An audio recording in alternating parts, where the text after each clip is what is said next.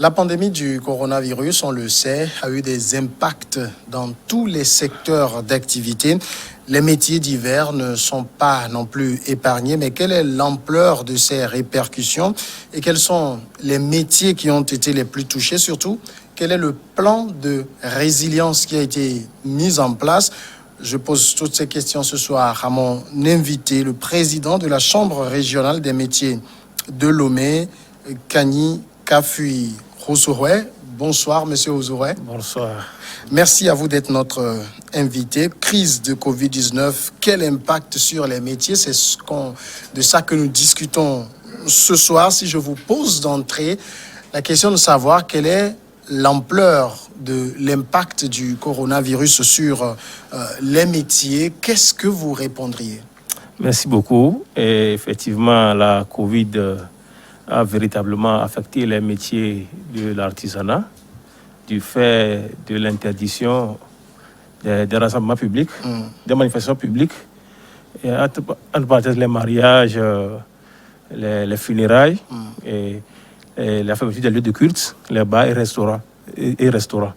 Donc, du coup, ça a entraîné une crise économique qui a entraîné aussi la consommation des biens de première nécessité, donc à savoir les aliments, et au détriment des biens de production et de services. Donc, c'est là le nœud de cette crise-là. Donc, ça veut dire que sur les métiers artisanaux, surtout, l'impact de la crise a été durement ressenti. Oui. Ça, j'ai cité 3 métiers. D'abord, il y a les métiers de service, de biens et de production. Donc, vous savez, en toute crise, selon la crise sanitaire, là, au premier abord, nous tous devons rester chez nous. Quand on devait rester à la maison, donc il faut s'approvisionner. Donc, les autres biens, comme payer des habits, porter des habits, tout ça là, on le laisse de côté. Donc, ce qui fait que l'artisanat de ce côté a eu du mal à aller de l'avant dans ces temps-ci. Oui. Alors, donc, on comprend que la crise, comme vous l'avez dit, a orienté la consommation des gens vers les produits vivriers, parce qu'il faut d'abord vivre. C'est ça. Et donc, tout le reste est passé secondairement. Mais alors, comment les artisans s'en sortent-ils à l'heure actuelle? Vous savez, l'artisan, vraiment, c'est quelqu'un qui ne reste jamais les bras croisés. Quelle que soit la situation, l'artisan essaie de relever le défi. Donc, je peux dire que au moment de cette crise, ça n'a pas affecté tous les métiers de l'artisanat quand même. Oui. Du moins. Oui. Mais quand nous prenons, par exemple, la couture. Aujourd'hui, la couture, pendant la crise, a bénéficié de l'État, les confessions des masques. Des masques, oui. Vous voyez, et ça a fait à ce que ce corps de métier a pu toucher quelque chose pour au moins survivre pendant la crise. Et on prend les autres, ce n'était pas ça. Il n'y a pas que la couture, il y a aussi le corps des soudeurs et des plombiers qui ont aussi bénéficié de la fabrication des matériaux de lave-mains. De lave-mains, oui. Et d'autres aussi qui ont bénéficié sur la fabrication des gels et aussi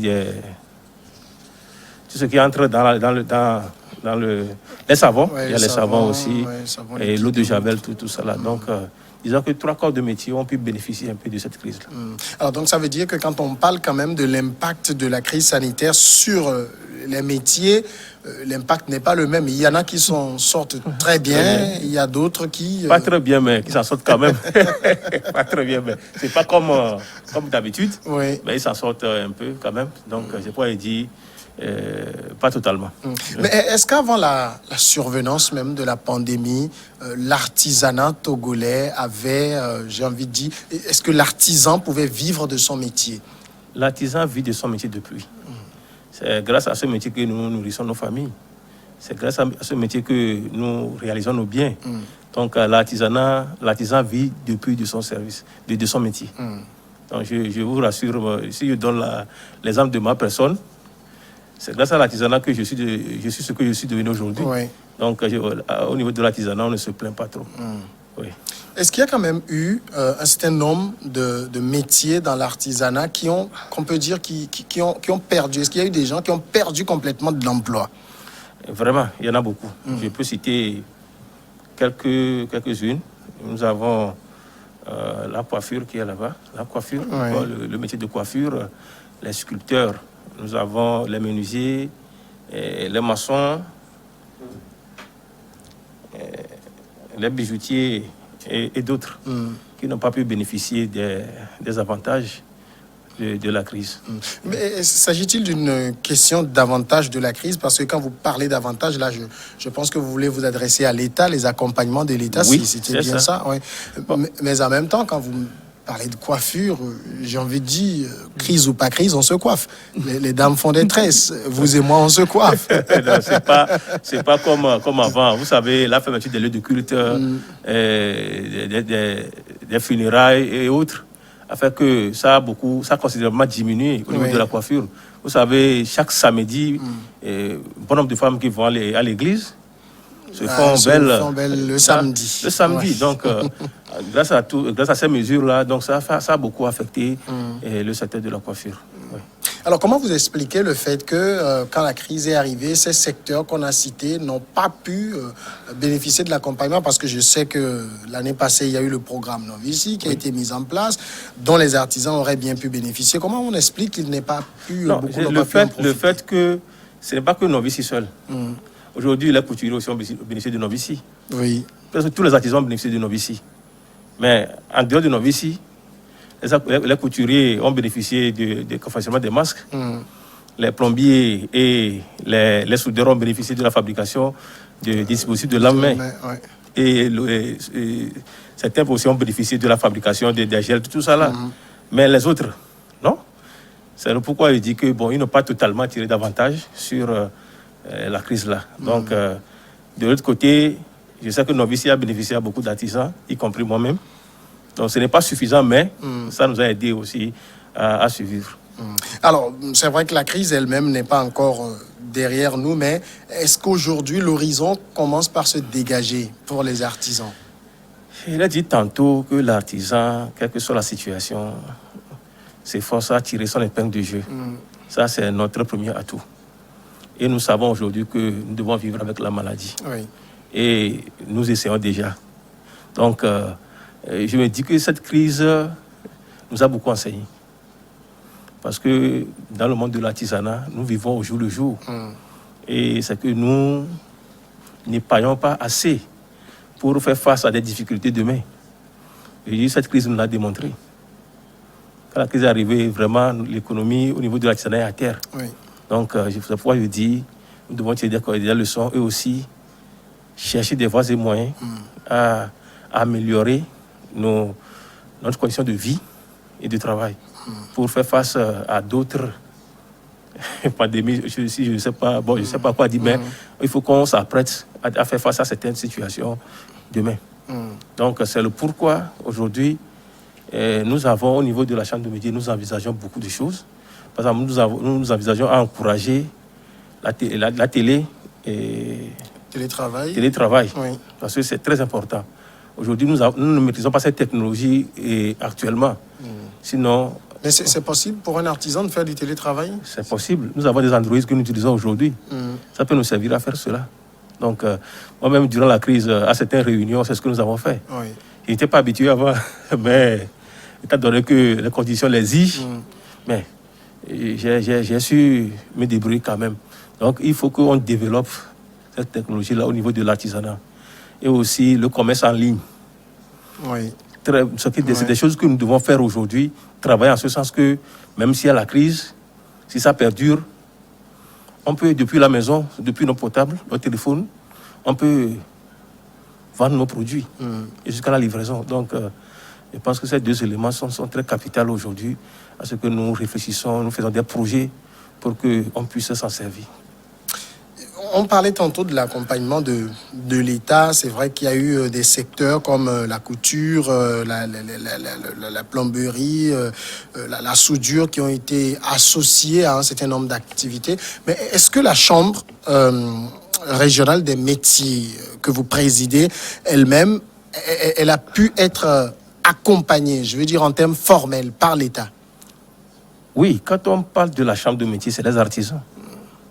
La chambre de métier se résume aux artisans. S'il n'y a pas les artisans, il n'y a pas la chambre de métier. Donc, tous les accompagnements vers la chambre de métier, c'est directement aux artisans. Oui.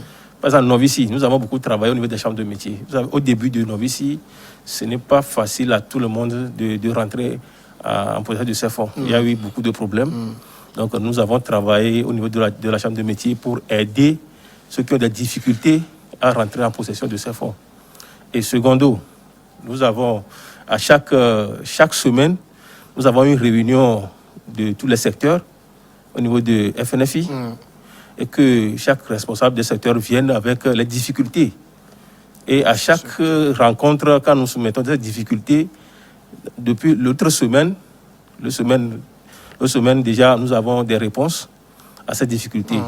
Par exemple, au cours du couvre-feu, nous savons qu'au niveau de la boulangerie, le travail se fait la nuit surtout. La nuit, surtout le petit matin. Oui. Et quand une fois qu'ils finissent la fabrication du pain, ils doivent sortir pour aller livrer le pain. Oui. En fait, les clients aussi doivent sortir pour venir chercher le pain au niveau de la boulangerie. Donc, au moment du couvre-feu, ça a été un grand problème pour la boulangerie. Donc, quand nous avons soumis ce problème au niveau de cette rencontre, immédiatement, une solution a été trouvée. Donc, on nous a demandé de voir avec les boulangers et boulangères, de définir leurs itinéraires et d'écrire une note au ministère de la Sécurité pour faciliter leur sortie, leur aller-retour. Ça a été fait. Et aussi au niveau des couturiers, la confection des masques. Oui. Donc, au début, nous avons eu à former plus de 1000 couturiers sur la confection des masques.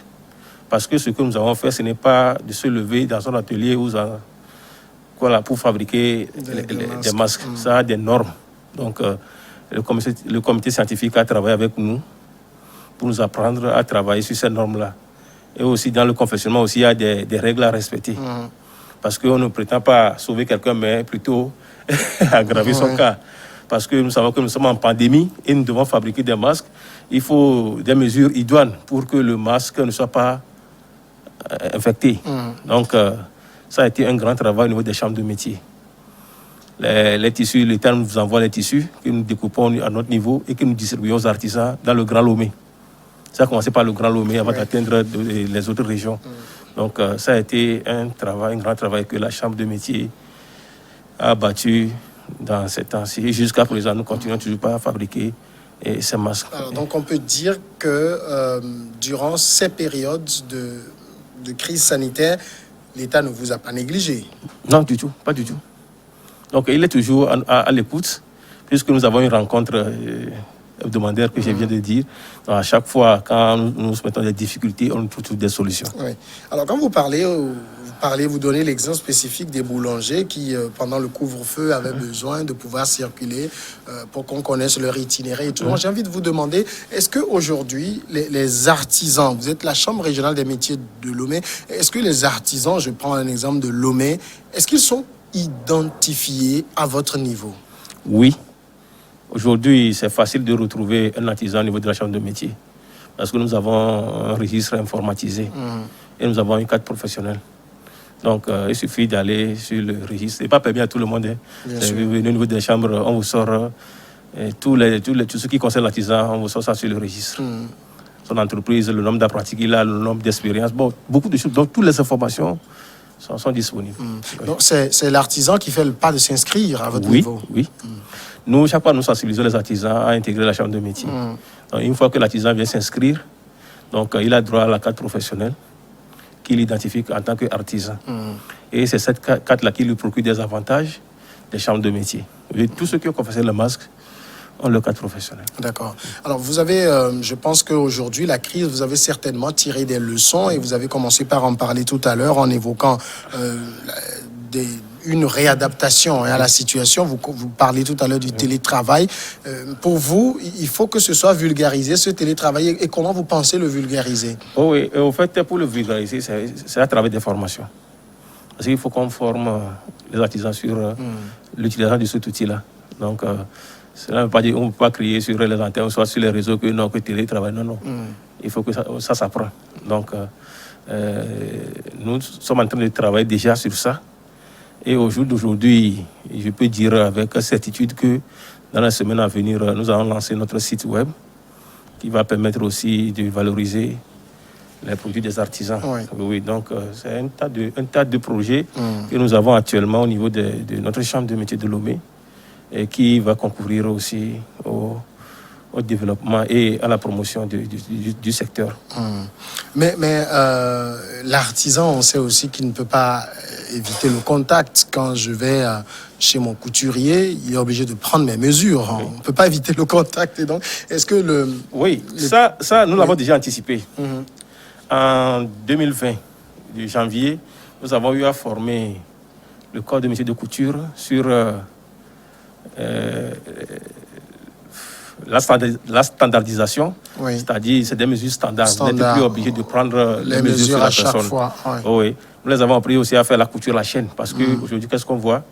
Un couturier, ça sert, même s'il peut avoir 10 apprentis, quand il fait le patronage et il fait les coupes, c'est à lui ou c'est à un apprenti de tout assembler. Tout assembler. Donc, alors que ça ne facilite pas aussi la fluidité du travail. Ce qui veut dire que ce que nous connaissons, quand vous donnez du travail à un couturier aujourd'hui, là, demain, il vous dit demain, et demain, vous arrivez après-demain, parce que quand il reçoit beaucoup de commandes, il ne s'en sort pas vite. Donc, on les a appris à faire la couture à la chaîne, une fois que le découpe est fait. Donc, il y a des apprentis, il peut faire des groupes. Quelqu'un peut coudre la manche, d'autres le col, tout ça. Là. Il y a quelqu'un qui fait l'assemblage. Donc, ça va faciliter le travail. Donc, on les avait appris aussi à faire la broderie chinoise. C'est une broderie technique de prendre la machine à coudre simple pour faire la broderie. Oui. Même s'il y a coupé d'électricité, vous pouvez faire votre broderie. Et c'est très joli à voir. Vous pouvez faire n'importe quel dessin que vous voulez. Il y a certaines choses que la broderie, même la machine de broderie même ne fait pas. Mais avec la machine à coudre simple qu'ils utilisent dans leurs ateliers, ils peuvent faire des broderies. Oui. Ça, c'est du nouveau. Ça va. Il y a aussi, puisque là, on parle beaucoup de pandémie, donc de l'impact sur les métiers, le risque sanitaire, je l'ai dit en entame, il existe dans tous les corps de métier. Est-ce que vous avez anticipé au niveau de vos membres ces risques-là, qu'ils soient contaminés dans l'exercice de leur métier? Comment vous les avez mis en alerte et comment s'en sort aujourd'hui le secteur par rapport à la pandémie? Avant de quitter un peu la dernière question sur... quelles sont les innovations que nous avons apportées au niveau de la couture? Ce n'est pas que la couture seule. Ils sont nombreux. Il y a beaucoup de corps de métier qui ont apporté des innovations. Mais au niveau de la couture encore, nous avons travaillé avec un expert pour mettre une application qui s'appelle Tela. Tela. Oui, c'est que aujourd'hui, nous savons tous que c'est sur des papiers qui prennent des bouts de papier ou soit des agendas qui prennent les tailles. Mais un jour, quand ils perdent l'agenda, là, c'est fini. Donc, il n'a plus les mesures de leurs clients. Donc, avec le développement de cette application, ça permet aujourd'hui qu'avec leur portable, ils peuvent introduire cette donnée-là et les sauvegarder. Mais s'il arrive que le portable se perd ou est gâté, dès qu'il a un nouveau portable, il récupère son application et toutes ces données sont là.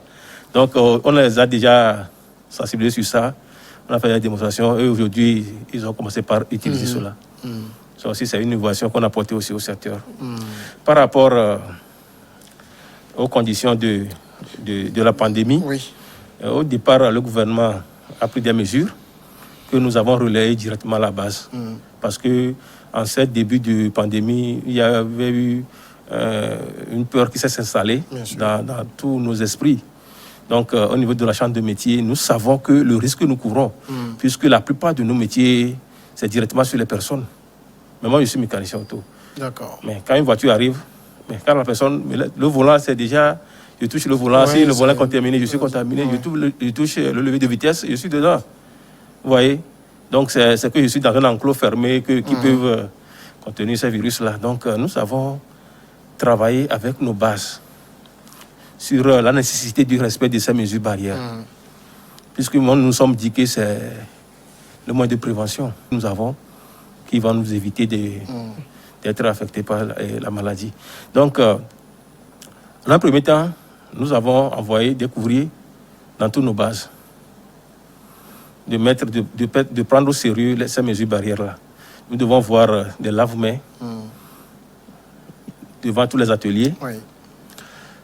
le lavage des mains régulier. Nous l'avons déjà souhaité depuis, avant que ça ne rentre en pratique. Oui. Donc à chaque fois, nous disons cela, qu'on doit toujours porter le cache-nez. Et qu'est-ce qui s'est passé dans ces temps-ci-là? La confession avoir un dispositif de lave-mains coûtait dans le temps. Bien sûr, il y en avait à 150 000 et autres. Donc, nous avons eu l'idée simple de là à prendre un bidon de 25 litres, les bidons jaunes là, Oui. de couper là-haut et de placer le robinet. Ils ont leur lave-mains. Ouais, c'est aussi Ouais. une innovation, en quelque sorte, que nous avons apportée. Donc, c'était ça. Et les jours passent, nous voyons que ce n'est pas ça. Parce que dans nos réunions, nous sommes toujours nombreux. Donc, nous avons interdit les rassemblements, les réunions. On a suspendu tout. Seuls les bureaux peuvent se réunir en petit nombre, pas plus que 15. Donc, c'est ce que nous avons fait. C'est ça qui permet d'établir la communication. Et ce que ça touche la base. Donc, une fois les réunions interdites, ce que nous avons constaté après, c'est que dans certains ateliers, il y a un nombre pléthorique d'apprentis. Oui. Et c'est que là aussi, il y a le risque. Donc, qu'est-ce que nous avons fait? Nous avons demandé à ces maîtres d'apprentissage, que nous appelons très souvent patrons, le vrai terme c'est les maîtres d'apprentissage, de tout faire pour organiser des groupes et faire des rotations par semaine. Là où c'est un peu pléthorique, là, on peut faire un groupe de 3 ou 4 personnes, si l'espace le permet, de faire la rotation d'une semaine pour pouvoir éviter ces rassemblements-là. Donc, ce qui était aussi respecté dans le temps. Donc, nous étions à chaque fois sur les médias, comme je le fais aujourd'hui, pour crier haut et fort le respect des mesures barrières. Et ça a marché. Ça fait que dans le secteur, nous n'avons pas eu beaucoup de contamination. Mais moi, je vois chaque lundi, quand je passe, je m'amuse à regarder devant certains centres. Je sais que les lundis, les couturiers surtout, vont dans leur centre. Et ils sont encore très nombreux aujourd'hui. C'est quoi? C'est que le message n'est pas passé ou comment? Non, ce n'est pas que le message n'est pas passé. Aujourd'hui est arrivé un moment, nous ne prenons plus... Il y a eu un relâchement, je vous dis. Parce qu'il y a eu un relâchement sur le respect de ces mesures-là. Et ça qui a affecté aussi notre secteur. Mais chaque jour que Dieu fait, nous parlons, nous discutons avec les intéressés. Le grand problème, c'est que c'est les apprentis. C'est des apprentis qui ne sont pas conscients même du danger que nous courons. Ils ne sont pas conscients du danger. Donc, tout ce que nous faisons, c'est toujours comme ça. Quand leurs maîtres d'apprentissage sont avec eux, ils portent les masques. Une fois qu'ils bougent un peu, c'est fini. Moi-même, là, ils me connaissent. Quand j'arrive, quand ils me voient arriver, tout le monde prend son masque. Et c'est des rires, quoi. Vous voyez? C'est qu'aujourd'hui, c'est notre présence qui les dissuade. L'absence, rien. Donc, ce qui se passe aussi dans les centres aujourd'hui, c'est ça. Arrivé un moment, les maîtres d'apprentissage, ils n'arrivent plus à contenir le nombre de ces apprentis-là. Donc, c'est là où le danger se présente encore. Mais nous sommes en train de travailler sur ça. Si ça va continuer, donc, nous serons encore obligés d'arrêter ces pratiques-là. Ouais. Alors, on a fait le tour, hein, en tout cas pour ce qui concerne l'impact de la pandémie sur les métiers. Mais j'ai envie, avant qu'on finisse dans quelques minutes, de vous poser cette question. L'artisanat togolais, aujourd'hui, de quoi souffre-t-il? Bon, en tant qu'un homme de métier, aujourd'hui, nous sommes en déphasage avec l'avancée technologique. C'est notre grand souci, c'est notre grande difficulté. C'est ça, si je peux tout résumer. C'est-à-dire on reste trop artisanal alors que le monde a déjà évolué, c'est ça? Oui, parce que quand on prend la technologie d'aujourd'hui, nous ne sommes pas directement impliqués dedans. Parce que nous sommes toujours... Il y a un grand fossé qui nous sépare. Donc, nous, on était en Allemagne en 2019. On était en Allemagne, on était allé à Cologne. Sur l'invitation de la Chambre de métiers de Cologne. Donc, nous sommes allés partager les expériences. Mais ce que nous avons vu là-bas, il y a un écart de 100 ans entre nous. Parce que j'ai vu un centre de formation mécanique de la Chambre de métiers. On était 2 mécaniciens dans le groupe. Et quand on visitait les apprentis en plein travaux, on ne se retrouvait pas. Oui, en tant que mécanicien, c'est la mécanique qu'on fait là-bas. Je ne me retrouvais pas. Quand j'ai posé la question, bon, c'est que ce que je dis là, c'est archaïque chez eux. Et la manière dont on travaille, avec les équipements qui travaillent, nous n'avons pas ça ici. Aujourd'hui, on parle de scanner. Mais c'est scanner, mais il y a scanner dans scanner. Oui. Là-bas, c'est comme si un lit d'hôpital. Chaque voiture, vous voyez les branchements qu'on a fait sur une voiture BM, Benz, on a vu les choses là-bas. C'était autre chose ici. Ici, nous, avec nos petits scanners là, on se croit être très évolué. Très évolué. Ce n'est pas ça. Ce n'est pas ça. Ce qu'on avait vu là, c'est autre chose. Donc, c'est pourquoi je dis ce que nous souffrons, c'est que nous sommes en avant et en arrière. Très en retard. On est venu trop tard dans un monde trop vieux. C'est le pourquoi aussi le matériel que nous avons aussi ne répond pas. Oui. Alors, mais ces défis-là, comment on les relève aujourd'hui? Comment on redonne de la valeur au secteur artisanal togolais? Bon, la valeur se donne par rapport au recyclage. Il faut relever, oui, mais vous recyclez, mais le problème, c'est que vous recyclez dans les mêmes conditions. Non, aujourd'hui, au niveau des champs de métier, on ne recycle plus dans les mêmes conditions. C'est que nous ne pouvons pas former quelqu'un sur un métier, une technique archaïque qui ne le servira pas. C'est une perte d'argent et d'énergie. Donc aujourd'hui, ce que nous faisons, nous travaillons avec les professionnels eux-mêmes. Parce qu'ils sont organisés. Donc, quels sont leurs besoins par rapport à la technologie? Donc, si nous avons des projets que nous jugeons que ça n'a pas évolué, donc nous, à notre niveau, on essaie de retravailler pour faire ce qui est d'actualité. Et aussi, aujourd'hui, nous avons un ministère aussi très engagé, le ministère de l'artisanat, de l'enseignement technique très engagé, et qui n'hésite pas sur les peu de moyens que nous avons pour pouvoir relever ce secteur. Ça, c'est aussi un grand atout pour le secteur. Et ce qui aujourd'hui me réconforte dans ma mission, c'est qu'à l'arrivée du nouveau ministre, et nous avons eu à faire des rencontres. Et la rencontre qui m'a beaucoup intéressé, c'est la rencontre des priorisations des besoins. On a priorisé certains besoins que nous devons réaliser dans 3 ans. Et dans cette priorisation, ça a été greffé sur le programme du gouvernement. Ce qu'on n'a jamais fait. Ça a été une bonne occasion pour nous aussi de voir le projet gouvernemental. Donc, les points qui concernent l'artisanat, donc nous avons greffé nos besoins prioritaires là. Donc, aujourd'hui, nous savons qu'on va exécuter tel point, nous sommes dedans. Nous sommes dedans. Ce qui aussi nous donne aussi confiance pour à ce que le gouvernement, à chaque fois, il est à notre écoute. Et à chaque fois qu'on a besoin de quelque chose, et les chefs d'État n'hésitent pas sur les moyens pour nous accompagner. Donc, c'est dire que d'ici peu, beaucoup de choses vont changer dans le secteur. Je vous rassure. On l'espère pour vous. Kenny Kafi Houzouré, merci d'être passé répondre à nos questions. C'est moi qui vous remercie. Président de la Chambre régionale des métiers de Lomé. Voilà, nous allons marquer la pause et le temps de suivre ensemble le journal. Dans une dizaine de minutes, on se retrouve pour Regard croisé.